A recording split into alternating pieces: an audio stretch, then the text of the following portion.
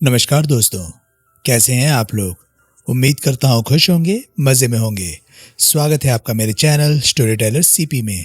मैं हूँ आपका दोस्त, आपका यार, स्टोरी टेलर सीपी, आपका सूत्रधार। दोस्तों, अगर आपको ऐसे कंटेंट पसंद है तो प्लीज़ मेरे वीडियोस को लाइक करें और चैनल को सब्सक्राइब करें, क्योंकि मैं ऐसे कंटेंट लाता रहता हूँ। तो चलिए दोस्तों, इसी नोट पर आज की वीडियो शुरू करते हैं। आज की वीडियो में मैं आपको सुनाने वाला हूँ कत्ल की वारदात नॉवल का पार्ट 7। इसके बाकी के 6 पार्ट्स आप ऑलरेडी सुन चुके होंगे, और अगर आपने नहीं सुने तो उनके लिंक्स आपको ऊपर आई बटन से मिल जाएंगे।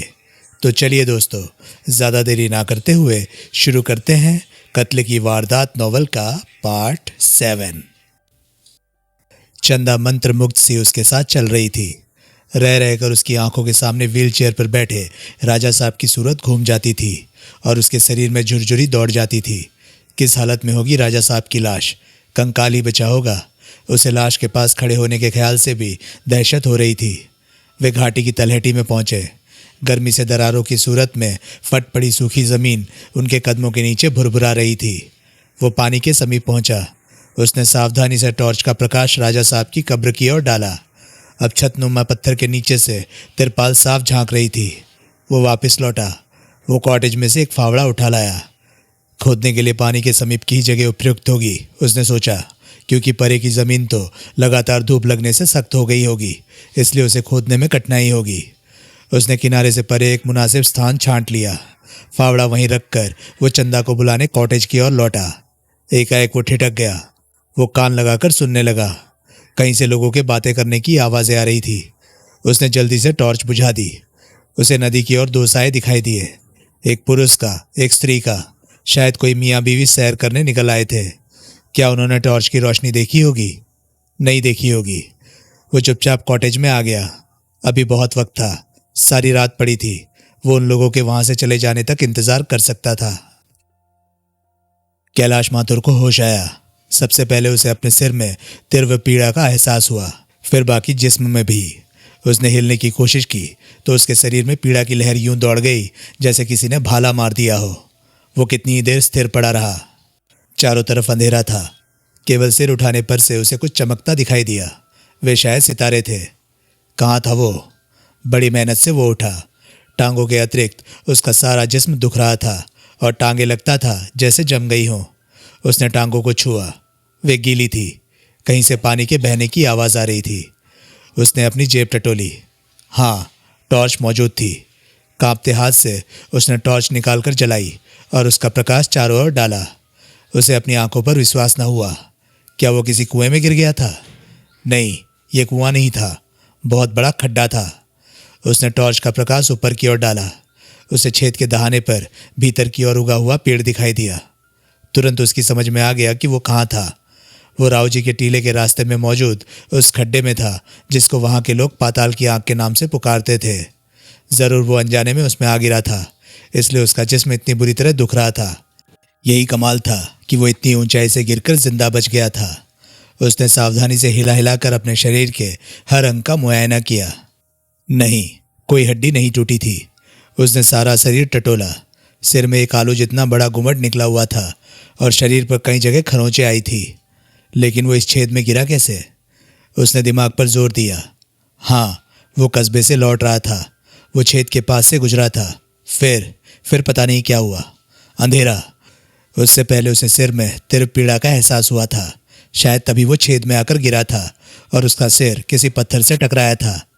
उसने कलाई पर बंधी घड़ी देखी। 11 बजे थे। इसका मतलब था वो कम से कम आधे घंटे से उस छेद में था। उसने बहते पानी में से चुल्लू भर भर कर ठंडे पानी के छींटे अपने चेहरे पर मारे। उसे बहुत अच्छा लगा। उसका दर्द कम हो गया और वो चौकन्ना हो गया।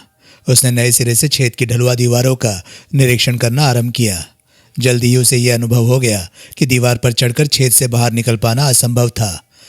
उस 20-25 फुट ऊंची ढलुआ दीवार पर कोई छिपकली ही चढ़ सकती थी। फिर उसने पानी की धारा के आगमन और निर्गम स्थानों का निरीक्षण किया। जिधर से पानी आ रहा था उधर से गुफा का मुंह कुछ चौड़ा लग रहा था। वो बिना डरे छाती के बल रेंगता हुआ उधर बढ़ा, लेकिन जल्दी उसे निराशा का सामना करना पड़ा। वो छेद जल्दी थोड़ा आगे जाकर बहुत संकरा हो गया था, बल्कि मोड़ भी काट गया था। उधर आगे बढ़ पाना असंभव था। वो क्वेश्चन गहरी गहरी सांसें लेता रहा और फिर वापस लौटा। एक बार उसने टॉर्च का प्रकाश विपरीत दिशा में डाला। उधर का रास्ता भी काफी चौड़ा लग रहा था। वो कोई 6 फुट चौड़ा था और कोई 2 फुट ऊंचा था। पानी की पतली धारा गुफा की छत से बहुत नीचे थी। वो सावधानी से उधर देखने लगा। धीरे से वो उस छेद में दाखिल हुआ। वो अभी 5-6 फुट ही आगे बढ़ा था कि उसे रुक जाना पड़ा। उसकी पीठ गुफा की छत के साथ फंसने लगी थी। उसने टॉर्च जलाकर अपने से आगे के रास्ते का निरीक्षण किया। उसका मन निराशा से भर उठा। आगे छत की ऊंचाई आधी रह गई थी और आगे और भी घटती लग रही थी। उधर से भी कहीं निकल पाना असंभव था। वो वापस लौट आया। बाहरी मदद के बिना वहां से निकल पाना असंभव था, लेकिन बाहरी मदद भला कैसे हासिल होती? रात को तो वो इलाका उजाड़ हो जाता था। इतनी रात गए तो उस रास्ते से कोई गुजरता ही नहीं था, और दिन में भी पता नहीं वो किसी का ध्यान अपनी ओर आकर्षित कर पाएगा या नहीं। वो छेद बहुत गहरा था। वो गला फाड़ फाड़ कर भी चिल्लाता तो भी उसकी आवाज़ आसपास की दीवारों से टकराकर यहीं डूबकर रह जाती। वो तो हफ्तों वहाँ पड़ा रहेगा और किसी का ध्यान अपनी ओर आकर्षित नहीं कर पाएगा। यहाँ तो भूख ही उसकी जान ले लेगी। या शायद कल को गोस्वामी वहाँ आए। अभी तक उसे आत्मकथा वाले किस्से की खबर तो लगी गई होगी। शायद उसे कॉटेज में न पाकर वो उसे तलाश करने की कोशिश करे, लेकिन कहाँ तलाश करेगा वो? पाताल की आंख की तो उसे खबर ही नहीं होगी। नहीं, उसे कुछ करना होगा फौरन। क्या? उसने फिर ऊपर की ओर टॉर्च की रोशनी डाली। छेद के दहाने पर उगे पेड़ की सूखी डालियां नीचे की ओर लटक रही थी। सूखे पेड़ के प्रभाव से वो भी बचा नहीं रह सका था। पेड़ पर हरियाली का नामो निशान भी नहीं था। उसकी मुर्दा सूखी शाखें अपने आप झड़ कर नीचे गिरने लगी थी। एकाएक उसके जहन में एक नया ख्याल आया। हाँ, ये ठीक है। उसने ज़मीन पर पानी से परे गिरी कुछ छोटी मोटी सूखी शाखें इकट्ठी की। उसकी जेब में 5-6 कागज़ और माचिस मौजूद थी। उसने दोनों चीज़ें बाहर निकाल ली। कागज़ों की सहायता से उसने सूखी शाखों को आग लगा दी। शाखें जलने लगी। वो जलती शाखों में और शाखें डालता गया। आग जब काफ़ी धधक उठी तो वो एक बड़ी सी डाली उठा लाया। उसने उस डाली का एक सिरा आग में रख दिया। थोड़ी देर बाद वो भी जलने लगा। उसने जलती डाली को आग से निकाला और उठ खड़ा हुआ। बड़ी सावधानी से उसने वो जलती लकड़ी ऊपर की ओर उछाली। लकड़ी छेद के दहाने पर उगे पेड़ की शाखाओं के जाल में अटक गई। वो सांस रोके प्रतीक्षा करने लगा। थोड़ी देर बाद पेड़ की शाखें भी आग पकड़ने लगी। फिर कई डालियां सुलगने लगी। फिर एकाएक छत के दहाने पर आग ही आग दिखाई देने लगी। पाताल की आग जैसे तंदूर बन गई। सारा पेड़ धू धू करके जलने लगा। आग की लपटें छेद से बाहर निकलकर आसमान की ओर लपकने लगी। वातावरण में जलती लकड़ियों के चटकने की आवाज़ तोप के गोलों की आवाज़ की तरह गूंजने लगी। वो एक चट्टान पर बैठ गया और संतुष्टिपूर्ण ढंग से सिर हिलाता हुआ अपने कारनामे की प्रतिक्रिया की प्रतीक्षा करने लगा। यह असंभव था कि राव जी के टीले पर भड़की हुई इतनी भयंकर आग की ओर किसी का भी ध्यान न जाता। वो आग तो मीलों दूर से दिखाई दे रही होगी। उसे पूरा विश्वास था कि अभी थोड़ी देर में सारा गांव पाताल की आग के दहाने पर इकट्ठा हुआ होगा। नदी किनारे घूमने आए स्त्री पुरुष जल्दी ही वापस चले गए। आओ, विक्रम चंदा से बोला। विक्रम ने फावड़ा संभाला और चंदा ने टॉर्च। दोनों सावधानी से रिजर्वायर की ओर बढ़े। टॉर्च के प्रकाश में विक्रम ने जल्दी वो स्थान ग्रहण कर लिया जहां उसने लाश रखी थी। वो पानी में दाखिल हो गया और उस स्थान पर पहुंचा। तिरपाल अब साफ साफ पानी से बाहर झांक रही थी। विक्रम के निर्देश पर चंदा ने टॉर्च का प्रकाश तिरपाल पर स्थिर कर दिया। विक्रम ने पहले पत्थरों के गिर से जंग लगी लोहे की जंजीर अलग की।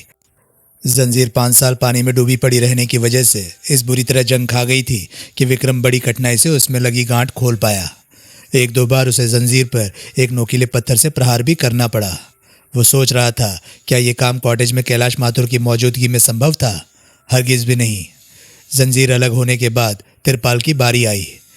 उसने देखा तिरपाल के आसपास काई जम गई थी।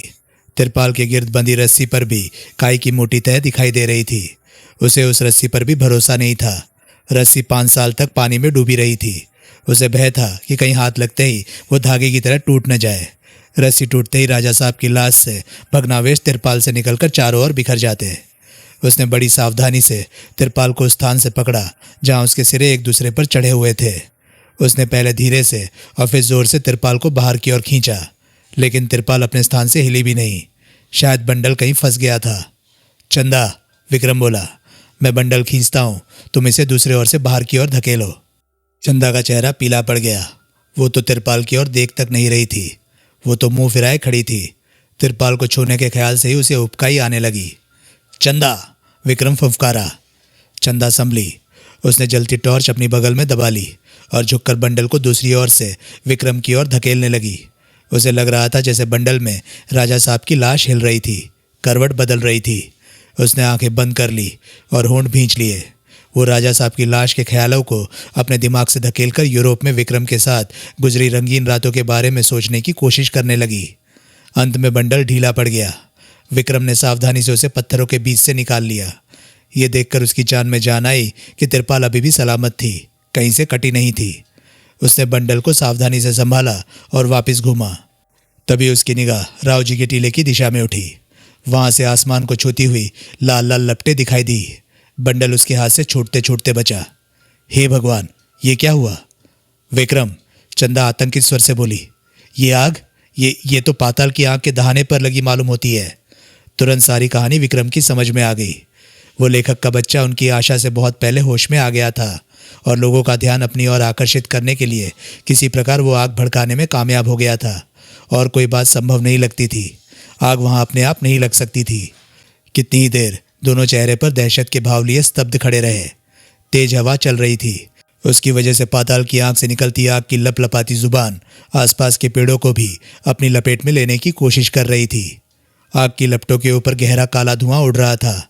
ऐसा लग रहा था जैसे जल्दी ही सारा राव जी का टीला आग में धधक उठेगा। ये आग तो सारे गांव को जला देगी, चंदा भयभीत स्वर में बोली। विक्रम ने दूर गांव की दिशा में निगाह दौड़ाई। गांव के मकानों की खिड़कियों में रोशनी दिखाई देने लगी थी। छतों पर लोगों के साए दिखाई देने लगे थे। गांव में जाग हो गई थी। किसी भी क्षण गांव वालों का हुजूम भागता हुआ टीले पर पहुंच सकता था। टॉर्च बंद करो, एकदम विक्रम बोला। चंदा ने तुरंत आज्ञा का पालन किया। घुप अंधेरा छा गया। विक्रम को अब समीप खड़ी चंदा मुश्किल से दिखाई दे रही थी। अब क्या होगा? चंदा डूबते स्वर में बोली। कुछ नहीं होगा, विक्रम कठोर स्वर में बोला। घबराओ नहीं, अब हमें काम जल्दी निपटाना होगा। लेकिन अंधेरे में काम कैसे होगा? हाथ को हाथ तो सुझाई नहीं दे रहा। करना पड़ेगा। उसने बंडल नीचे रख दिया और फावड़ा संभाल लिया। अंधकार में अब वो स्थान तलाश कर पाना असंभव था जो उसने मूलतः लाश दफनाने के लिए चुना था। अब तो लाश वहीं दफनानी पड़नी थी जहां वे खड़े थे। जमीन चाहे सख्त हो या नर्म, वो आसानी से खुदे या कठिनाई से। उसने तेजी से फावड़ा चलाना आरंभ कर दिया। जमीन धरातल पर एकदम सूखी थी और सख्त थी, लेकिन नीचे से नरम थी। थोड़ी देर बाद जमीन आसानी से खुदने लगी। तभी दूर से आती फायर ब्रिगेड के इंजन की घंटी की आवाज़ उसके कानों में पड़ी। गांव में तो फायर ब्रिगेड था नहीं, शायद किसी ने कस्बे में फ़ोन कर दिया था। विक्रम पहले से दूनी शक्ति से जमीन खोदने लगा। शीघ्र ही उसके शरीर से पसीने के धारे बह निकले और सांस यूं चलने लगी जैसे धौंकनी चल रही हो। लाओ, अब मैं खोदूं, एकाएक चंदा बोली। ये तुम्हारे बस का काम नहीं है रानी जी, विक्रम हाँफता हुआ बोला। अब आग के इर्द गिर्द कितने ही लोग इकट्ठे हो गए थे। वहाँ इतना शोर मचा हुआ था कि आवाज़ें नीचे घाटी तक आ रही थी। हर कोई आग बुझाने में लगा हुआ था, क्योंकि उन लोगों को जंगल की आग की खूब जानकारी थी। वो आग फैलती फैलती इस हद तक बढ़ सकती थी कि बचा खुचा हरिपुर गांव भी स्वाहा हो सकता था। जल्दी ही उन्हें खड्डे की तह में मौजूद कैलाश माथुर की खबर हो जाने वाली थी और फिर वे उसे बाहर निकाल लेने वाले थे। क्या पता अब लोगों को उसकी खबर लग भी चुकी हो और वे दहाने पर धधकती आग को बुझाकर उसे निकालने की तरकीब कर रहे हो। मतलब ये था कि कैलाश माथुर किसी भी क्षण अपने कॉटेज में वापस लौट सकता था। अगर तब तक वे लाश दफनाने में कामयाब ना हो पाए तो। वो और तेजी से जमीन खोदने लगा। उसका जिस्म जैसे मशीन बन गया। थकावट का ये आलम था कि फावड़ा उसके हाथों से छूटा जा रहा था। अंत में उसने फावड़ा फेंक दिया और हाथों से टटोल टटोल कर खड्डे का मुआयना करने लगा। ठीक था। जैसे तैसे वो कोई 4 फुट लंबा, 4 फुट चौड़ा और 2.5 फुट गहरा खड्डा खोदने में कामयाब हो गया। वो खड्डे से बाहर निकला। उसने तिरपाल में बंधा लाश का बंडल उठाकर खड्डे में झोंका। उसने पीछे लोहे की जंजीर फेंकी और फिर पहले से ज़्यादा तेजी से खड्डे को मिट्टी से भरने लगा। जल्दी खड्डा पट गया। विक्रम ने उसे हाथों से थपथपाकर जमीन का हमवार कर दिया। बची हुई मिट्टी पानी में फेंकनी शुरू करो, विक्रम हाँफता हुआ बोला। जो मिट्टी खड्डे में ना समा सकी उसे हाथों से समेट समेट कर वे पानी में फेंक कर आने लगे। क्योंकि मिट्टी उठाने के लिए कोई बर्तन लाने का उन्हें ख्याल नहीं आया था, इसलिए उन्हें कई फेरे लगाने पड़े। लेकिन अंत में जैसे तैसे उन्होंने काम समाप्त कर लिया। विक्रम ने चैन की सांस ली। तुम यहीं ठहरना, वो बोला। उसने फावड़ा उठाया और कॉटेज की ओर भागा। कॉटेज में उसने फावड़ा वहीं रख दिया जहां से उसने उसे उठाया था। वो वापस चंदा की ओर भागा।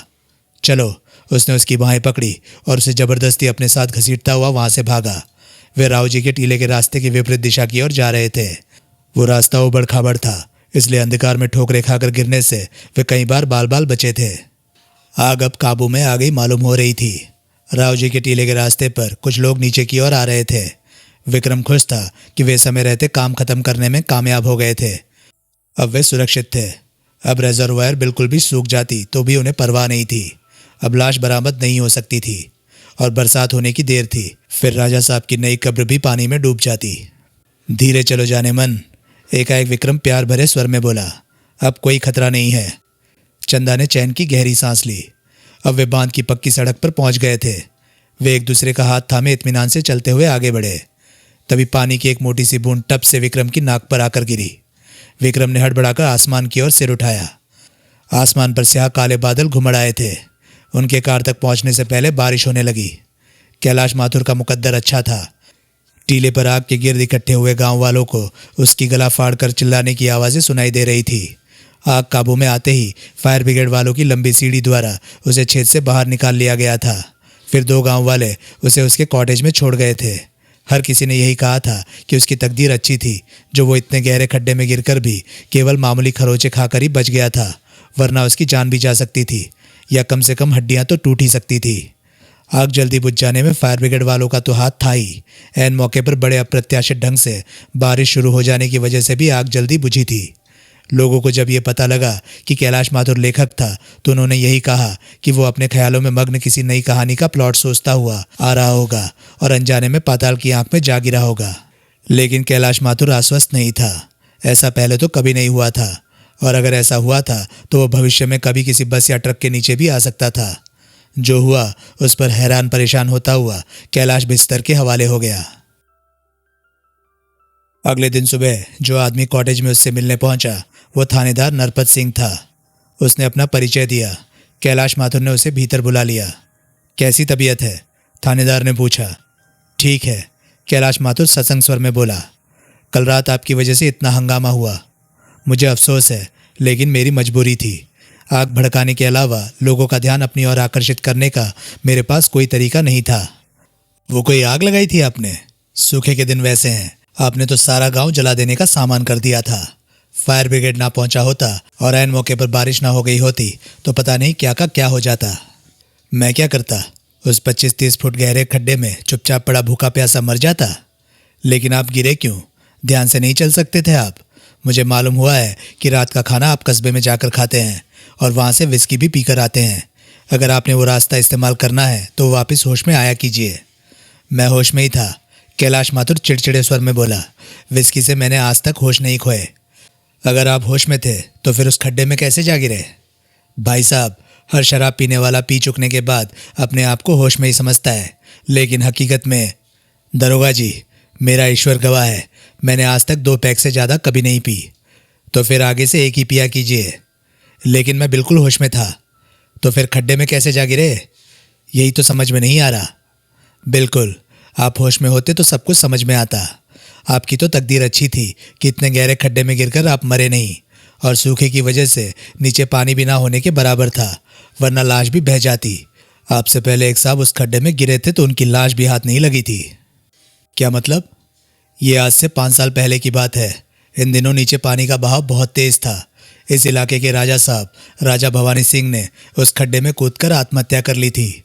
नीचे बहती पानी की तेज धारा लाश को पता नहीं कहाँ बहाकर ले गई थी। लेकिन यह असंभव है, वहाँ निकासी का रास्ता नहीं है। रास्ता नहीं है तो पानी कहाँ जाता है? पानी के लिए रास्ता है, लाश के लिए नहीं है। मैंने खुद देखा है। बहाव की तरफ थोड़ा आगे जाकर गुफा इतनी संकरी हो जाती है कि जमीन और छत में मुश्किल से 10-12 इंच का फासला रह जाता है। मैंने खुद उस रास्ते से बाहर निकलने की कोशिश की थी। यही हाल उस तरफ का है जिधर से पानी आता है। आप होश में कहाँ थे? जो मैं होश में नहीं था। मेरी जान पर बनी थी अगर मैं होश में नहीं था। दरोगा जी, मेरे पास टॉर्च थी और उसकी रोशनी में मैंने गुफा के दोनों सिरों की खूब खाक छानी थी। मैं ये बात दावे के साथ कह सकता हूँ कि उस पानी की धारा के दोनों सिरों पर निकासी के काबिल रास्ता नहीं है। लेकिन छोड़ो, जाने दो। आपको ये बात मनवाकर मुझे क्या कोई मेडल हासिल होने वाला है? थानेदार कई क्षण विचारपूर्ण मुद्रा बनाए चुपचाप बैठा रहा। अंत में वो उठ खड़ा हुआ। मैं जा रहा हूँ लेखक साहब, लेकिन जाती बार एक बार फिर कहना चाहता हूँ, आज से विस्की का एक ही पैक पिया कीजिए, और हो सके तो वो भी नहीं। थानेदार चला गया। अगले दिन एक और आदमी कॉटेज पर पहुंचा। दरवाजे पर हुई दस्तक के जवाब में कैलाश माथुर ने दरवाज़ा खोला। मिस्टर कैलाश माथुर? वो आदमी बोला। जी हाँ, कैलाश माथुर बोला। फरमाइए। मेरा नाम भार्गव है, मैं डिप्टी सुपरिटेंडेंट ऑफ पुलिस हूँ, जयपुर से आया हूँ। हे भगवान, क्या मेरे द्वारा एक पेड़ जला दिए जाने की खबर जयपुर तक पहुँच गई है? साहब, मैंने जो कुछ किया अपनी जान बचाने के लिए। नहीं नहीं, वो बात नहीं है, भार्गव जल्दी से बोला। मैं उस खड्डे के बारे में आपकी राय सुनने के लिए आया हूँ जिसमें आप गिरे थे, जिसे यहाँ के लोग पाताल की आंख के नाम से जानते हैं। ओह, तशरीफ़ लाइए। भार्गव कॉटेज में दाखिल हो गया। कैलाश माथुर ने उसे कुर्सी पर बिठाया और स्वयं चारपाई पर बैठ गया। थानेदार नरपत सिंह ने कल कस्बे के थाने के इंचार्ज को बताया था कि आप कहते हैं कि उस खड्डे में निकासी का कोई रास्ता नहीं है। इंचार्ज ने इस बात का जिक्र मुझसे किया था। मैंने ठीक कहा था, नीचे निकासी का कोई रास्ता नहीं है। मुझे मालूम है, भार्गव गंभीर स्वर में बोला। मैं उस खड्डे के पैंदे को अच्छी तरह ठोक बजा चुकने के बाद ही यहाँ आया हूँ। अच्छा, कैलाश माथुर हैरानी से बोला। आप खुद उस खड्डे में उतरे थे? हाँ, उतरा तो मैं पिछली बार भी था, लेकिन पिछली बार ऐसी कोई जांच पड़ताल असंभव थी। पिछली बार पानी गुफा की छत को छूता हुआ बह रहा था, इसलिए ये अंदाज़ा लगा पाना असंभव नहीं था कि सिरों पर गुफा कितनी खुली थी। पिछली बार से आपका मतलब है वो दूसरा आदमी जिसका नाम थानेदार ने राजा भवानी सिंह बताया था, उस खड्डे में गिरा था? हाँ, उस वक्त जैसा मैंने अभी कहा कि पानी गुफा की छत को छूता हुआ बह रहा था, इसलिए हमने यही समझा था कि लाश पानी के बहाव के साथ बह गई थी, लेकिन अब हम जानते हैं कि ऐसा संभव नहीं था। तो फिर लाश कहाँ गई? हाँ, यही तो सवाल है, लाश कहाँ गई? ये राजा भवानी सिंह की आत्महत्या का किस्सा क्या है? भार्गव ने धीरे धीरे उसे सारी कहानी कह सुनाई। लेकिन जब लाश नीचे बह भी नहीं सकती, कैलाश माथुर हैरानी से बोला, और लाश बरामद भी नहीं हुई, तो फिर यह आत्महत्या कैसे हुई? बिल्कुल, यह आत्महत्या हो ही नहीं सकती थी।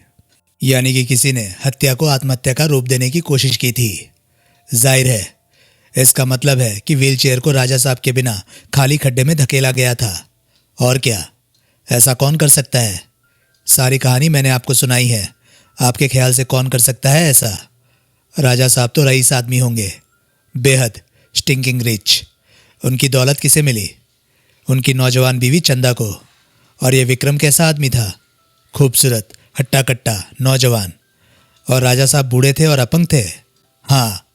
डीएसपी साहब, ये तो 2 जमा 2 4 जैसा आसान सवाल है। बिल्कुल। विक्रम और चंदा अब कहाँ हैं? मालूम नहीं, लेकिन मालूम किया जा सकता है। क्या चंदा बहुत खूबसूरत थी? परी, स्वर्ग की अप्सरा, देख लो तो आंखें चौंधिया जाए। कैलाश माथुर के मानस पटल पर कमला देवी का चेहरा उभरा। आप उसका हुलिया बयान कर सकते हैं? उसने पूछा। क्यों नहीं, वो कोई भूलने की चीज़ थी? ऐसी औरत तो 10-5 साल में एक ही बार दिखाई देती है। और भार्गव ने बड़ी बारीकी से चंदा का हुलिया बयान करना आरंभ कर दिया। कमाल है, कैलाश माथुर के मुंह से निकला। क्या कमाल है? इस हुलिये की एक औरत से तो मैं अभी हाल में ही मिला हूँ। अच्छा, लेकिन उसका नाम तो कमला देवी था। इसे इत्तेफाक ही कहा जा सकता है कि चंदा में और कमला देवी में इतनी गहरी समानता है। यह कमला देवी कौन है? आप कहाँ मिले उससे? वो एक लंबी कहानी है। कोई बात नहीं, मेरे पास बहुत वक्त है। कैलाश माथुर ने आदि से अंत तक कमला देवी के कथित बाप की आत्मकथा तैयार करने के लिए अपनी नियुक्ति की सारी कहानी कह सुनाई। अजीब बात है, भार्गव मंत्रमुग्ध स्वर से बोला। जी हाँ, है तो।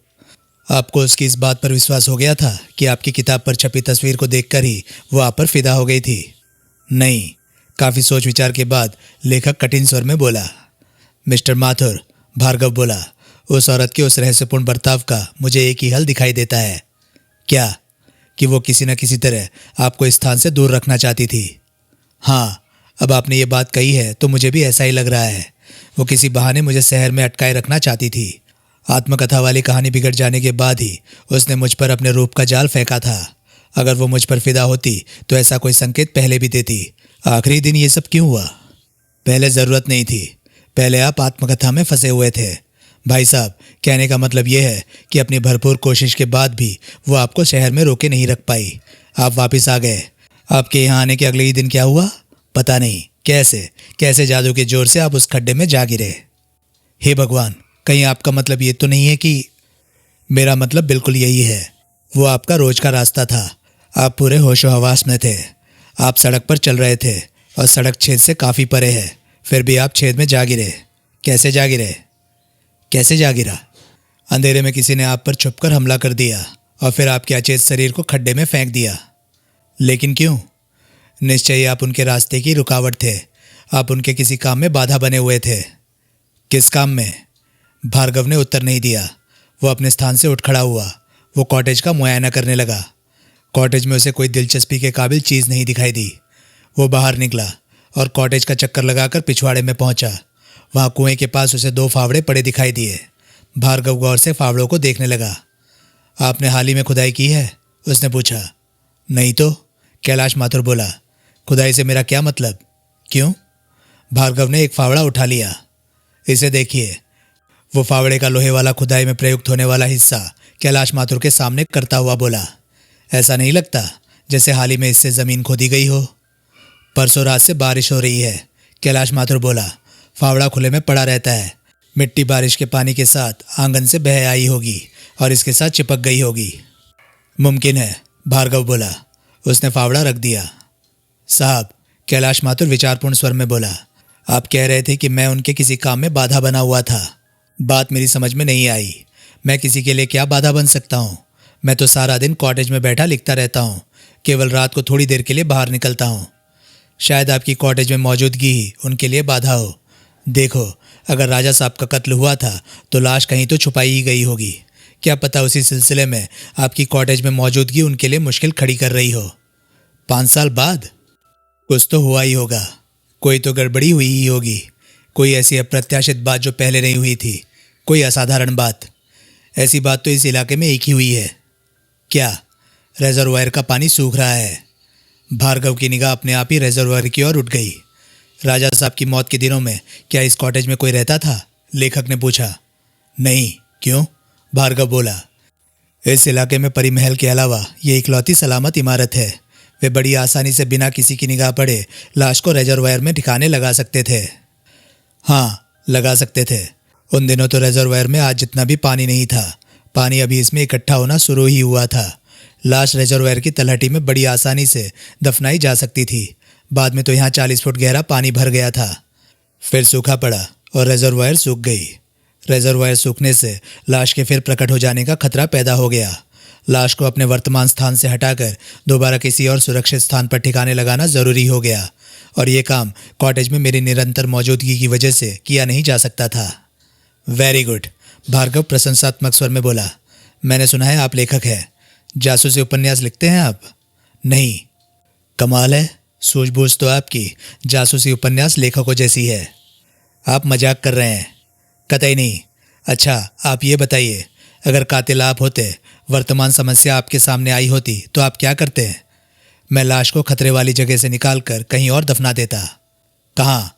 इसी इलाके में किसी सुरक्षित स्थान पर। 5 साल बाद लाश का बचा ही क्या होगा? उसे कहीं दूर ले जा पाना तो कितनी ही वजहों से संभव नहीं होगा। करेक्ट, मैं भी यही करता। आओ ज़रा रिजर्वायर के इलाके का चक्कर लगाएं। दोनों कॉटेज से निकलकर रिजर्वायर की ओर बढ़े। परसों रात से बारिश का सिलसिला शुरू हो गया था, इसलिए रिजर्वायर में पानी की सतह फिर थोड़ी ऊंची हो गई थी और रिजर्वायर के किनारे की सूखी ज़मीन पर भी 2-2 इंच पानी खड़ा हो गया था। भार्गव की पैनी खोजपूर्ण निगाह चारों ओर फिरने लगी। अगर उन्होंने लाश किनारे के पास कहीं दफनाई भी होगी तो अब वो जगह नहीं मिलने वाली। कैलाश माथुर बोला। अब तो फिर पानी भरना शुरू हो गया है। भार्गव ने सहमति सूचक ढंग से सिर हिलाया। लाश अगर कहीं फिर से दफनाई गई थी तो उस जगह को तलाश करना वाकई बहुत कठिन काम था और लाश की बरामदगी के बिना किसी पर कत्ल का इल्ज़ाम साबित कर पाना असंभव था। वो ज़मीन को घूरता हुआ किनारे के साथ थोड़ा थोड़ा आगे बढ़ा। उसके पांव कोई 2-2 इंच खड़े पानी में पड़ रहे थे। पानी मैला था, लेकिन फिर भी फिलहाल उसमें से दरारें पड़ी सूखी चटकी हुई ज़मीन झांक रही थी। एकाएक वो थमक कर खड़ा हो गया। वो मुंह बाएं सामने देखने लगा। उससे थोड़ा ही आगे खड़े पानी के नीचे दरारें पड़ी सूखी ज़मीन के एकदम बीच में कोई 4 वर्ग फुट ज़मीन का एक टुकड़ा ऐसा था जिसकी सतह एकदम हमवार थी। वहाँ एक भी दरार नहीं दिखाई दे रही थी। कमाल है, भार्गव बड़बड़ाया। क्या बात है? कैलाश माथुर उत्सुक भाव से बोला। वो सामने कोई 4 फुट वर्ग का जमीन का सपाट टुकड़ा देखो। जब आसपास की सारी जमीन धूप में झुलस कर चटकी पड़ी है तो ये टुकड़ा क्यों नहीं चटका? आपका मतलब है लाश यहाँ दफनाई गई है? हाँ, लेकिन मुझे अपराधी इतने बेवकूफ़ नहीं मालूम होते। उन्होंने इस काम के लिए निश्चय ही कोई बेहतर जगह चुनी होगी। ये बात उन्हें भी सूझी होगी। शायद अंधेरे की वजह से उन्हें पता ना लगा हो कि जो ज़मीन वे खोद रहे हैं उसमें चटक जाने की वजह से दरारें पड़ी हुई हैं। ज़रूर ये कब्र तभी खोदी गई होगी जब पहाड़ी पर आग के शोले लपक रहे थे। लोग पहाड़ी की ओर भाग रहे होंगे।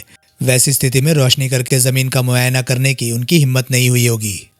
लेकिन क्या इस काम के लिए उन्होंने पहले से कोई जगह नहीं सोच कर रखी होगी? ज़रूर रखी होगी, लेकिन आप द्वारा खड़े किए कल के अप्रत्याशित हंगामे में या तो उस जगह तक पहुंचना संभव नहीं रहा होगा और या अंधेरे में वे जगह तलाश नहीं कर पाए होंगे। ये सामने की जगह उनके कुकृत्य की इस प्रकार चुगली कर देगी, ये बात हड़बड़ाहट में उन्हें सूझी नहीं होगी। कैलाश माथुर चुप रहा। वैसे भी इत्तेफाक से ही हम यहाँ पहुँच गए हैं। जिस रफ्तार से बरसात होनी शुरू हो गई है उससे और कल तक यहाँ इतना पानी इकट्ठा हो जाता कि फिर नीचे की ज़मीन दिखाई नहीं देती। भाई साहब, अगर इस स्थान से लाश बरामद हुई तो मैं यही कहूँगा कि हत्यारों का मुकद्दर बहुत ही खराब था जो उनका आपसे पाला पड़ा। आपने ऐसी आग भड़काई कि साथ में हत्यारों का मुकद्दर भी जलकर खाक हो गया। कैलाश माथुर चुप रहा। और मैं दावे के साथ कह सकता हूँ कि आपकी कमला देवी और कोई नहीं, राजा भवानी सिंह की विधवा चंदा ही थी। और अगर चंदा यहाँ है तो विक्रम भी आसपास ही कहीं होगा। इतना बखेड़ा करना, आपको पाताल की आंख में धक्का देना, लाश को एक स्थान से निकालकर दूसरे स्थान में दफनाना किसी औरत के बस का काम नहीं। और आधे घंटे बाद वहां से तिरपाल में बंधा हुआ वो बंडल बरामद कर लिया गया जिसमें राजा साहब की लाश के भग्नावशेष बंद थे। तिरपाल खोली गई तो गोली कंकाल की हड्डियों में खड़खड़ाती हुई अपने आप ही बाहर आ गिरी। कंकाल की एक समूची गायब टांग और टूटी हुई कूल्हे की हड्डी ये सिद्ध करने के लिए काफ़ी थी कि लाश राजा भवानी सिंह की थी। लाश बरामद हो गई थी। विक्रम और चंदा जयपुर से दिल्ली तक ट्रेन पर आए। जिस वक्त ट्रेन जयपुर से रवाना हुई उस समय सारे इलाके में मूसलाधार बारिश हो रही थी। बादलों का गर्जन, बारिश की तीखी आवाज़ उनके कानों में सितार की झंकार की तरह पड़ रही थी। अब वो एकदम सुरक्षित थे और कल तक वो स्थान भी पानी में डूब जाएगा जहां उन्होंने अब लाश दफनाई थी। एक नव विवाहिता जोड़े की तरह चहचहाते खुश होते हुए दिल्ली पहुंचे। विक्रम सीधा कनॉट प्लेस में स्थित ब्रिटिश एयरवेज के दफ्तर में पहुंचा। उनके पास लंदन का रिटर्न टिकट था, इसलिए बुकिंग में ज़्यादा दिक्कत नहीं हुई। उन्हें अगली रात को लंदन रवाना होने वाले एक प्लेन में सीटें मिल गई। अगली रात को निर्धारित समय से पहले वे एयरपोर्ट पहुंचे। उन्होंने चेकअप के लिए अपने पासपोर्ट पेश किए। कस्टम अधिकारी ने एक निगाह उनके पासपोर्टों पर डाली और फिर थोड़ा पर एक खंबे के पीछे खड़े एक आदमी को गुप्त संकेत किया। वो आदमी सहमति सूचक ढंग से सिर हिलाता हुआ ओट से बाहर निकल आया। लापरवाही से चलता हुआ वो आगे बढ़ा और विक्रम और चंदा के सामने आ खड़ा हुआ। DSP Bhargav at your service please, वो तनिक सिर नवाकर मधुर स्वर में बोला। आशा है आप मुझे भूले नहीं होंगे। राजा भवानी सिंह की आत्महत्या की तफ्तीश के दौरान आपसे मुलाकात हुई थी। विक्रम और चंदा के चेहरों पर हवाइयाँ उड़ने लगी। मेरे साथ तशरीफ लाइए, भार्गव बोला। मुझे खेद है, आप इस प्लेन पर नहीं जा सकेंगे। कहानी खत्म। विक्रम और चंदा की गिरफ्तारी ने सारे देश में सनसनी फैला दी। डीएसपी भार्गव के सिर पर यह कामयाबी का बहुत बड़ा सहरा था कि उसने 5 साल पुराने बिल्कुल क्लोज हो चुके केस को न केवल बड़े सनसनीखेज ढंग से सुलझा लिया बल्कि अपराधियों को भी गिरफ्तार कर लिया था। लेकिन फिर भी सारे हंगामे में सबसे ज़्यादा अधिक लाभ लेखक कैलाश माथुर को पहुंचा। विक्रम और चंदा की गिरफ्तारी के बाद पुलिस द्वारा वास्तविक कहानी रिलीज किए जाने के फौरन बाद ही देश के समाचार पत्रों के प्रतिनिधि कैलाश माथुर और उसके कॉटेज पर टूट पड़े। हर कोई जानना चाहता था कि क्या हुआ था। हर कोई उसका इंटरव्यू छापना चाहता था। हर कोई उसकी और उसके कॉटेज की तस्वीरें खींचना चाहता था। देश भर के अखबारों में उसकी तस्वीर, उसका नाम, उसका इंटरव्यू इत्यादि छपे। पलक झपकते ही लेखक कैलाश माथुर को सारी दुनिया जान गई। नतीजा ये हुआ कि प्यार की बाजी का सारा एडिशन आनन फानन समाप्त हो गया और उपन्यास की भारी मांग की वजह से प्रकाशक को वो पुस्तक दोबारा छापनी पड़ी। गोस्वामी दौड़ता हुआ कैलाश माथुर के पास आया। उसने उसे तुरंत प्यार की बाजी की अतिरिक्त रॉयल्टी दी। टूटी नाव का माझी का पूर्व निर्धारित रकम से दुगना मेहनताना देने का वादा किया और भविष्य के लिए एक लंबा कानूनी अनुबंध भी कर लिया। बाद में कैलाश माथुर ने अपनी डायरी में लिखा, लगता है आज के ज़माने में एक लेखक के लिए लोकप्रियता हासिल करने के लिए अच्छा उपन्यास लिखना ही काफ़ी नहीं है। वास्तव में उसे ऐसे मौके की प्रतीक्षा करनी चाहिए जब कोई हत्यारा आए और उसे पाताल की आग जैसे किसी गहरे खड्डे में धकेल दे। समाप्त। तो दोस्तों, ये था कत्ल की वारदात नॉवल का आखिरी भाग। ये उपन्यास आपको कैसा लगा, प्लीज़ अपनी राय मुझे ज़रूर बताएं। और हाँ, अगर आपको मेरे उपन्यास पसंद आ रहे हैं, मेरे वीडियोस पसंद आ रहे हैं, तो प्लीज़ उन्हें लाइक कीजिए और चैनल को सब्सक्राइब कीजिए, क्योंकि मैं ऐसे कंटेंट लाता रहता हूँ। तो चलिए दोस्तों, मैं मिलता हूँ अब आपसे अगली वीडियो में। तब तक के लिए नमस्कार, गुड बाय। सेफ रहिए, खुश रहिए, मज़े करिए।